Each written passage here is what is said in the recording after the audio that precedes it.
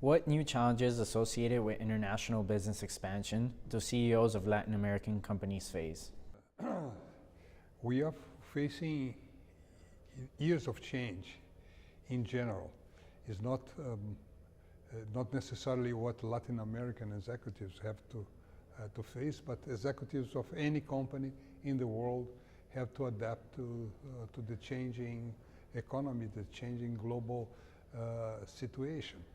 And therefore I think that the thing that we have that is basically differentiated the Latin American companies from the others, there is the ability of to adapt to because we live in countries where changes are happening all the time, and we learn to adapt, and we did it in such a way that today, in this changing global situation, it gives us an advantage.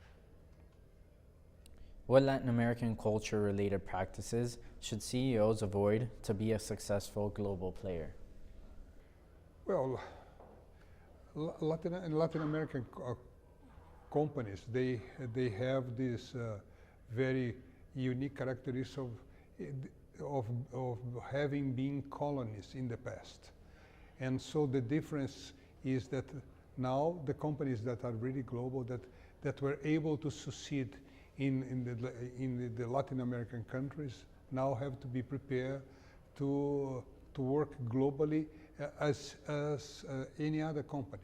That was something that we had to learn with very hard work, because it's not something natural for us in Latin America. What is the most important trait of Latin American CEOs that they should preserve to lead a global expansion? Flexibility, adaptability, and being humble enough not to think that we are better than anybody.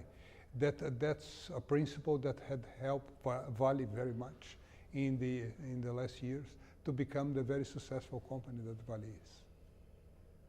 How do you promote your leaders? Is Vale still a Brazilian company by headcount at the top positions? Vale is a newcomer to the global universe. We were a Brazilian company for many years, and we became globally just in the last decade. So yes, we have the majority of our executives are Brazilians, but we, for one thing, for start, the language, Portuguese, make more difficult for other individuals to participate. But this will evolve during time, and we hope that in the years to come we will have a lot more foreign people working in our executive team. How many women do you have at C-suite level on your board of directors? Vale is very friendly to women. I want to start with not in the sea level, but to tell you that we have these big mines in the north of Brazil, in Carajás. If someone go there, we will be amazed by the number of women that we have driving these huge trucks, 400 tons, the largest trucks in the world. That is a good example that how even in a so-called male universe, as a mining company, we embrace women. In the sea level, what we have one executive in a group of 9, and we have 3 board members in a group of 12. Where will Vale expand to next?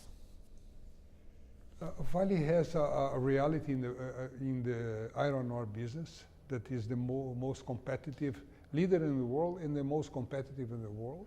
This is today's, but we have the future as well, as we are preparing ourselves to participate in this so-called EV revolution, where we are going to supply through our nickel operations a lot more raw material for the production of batteries.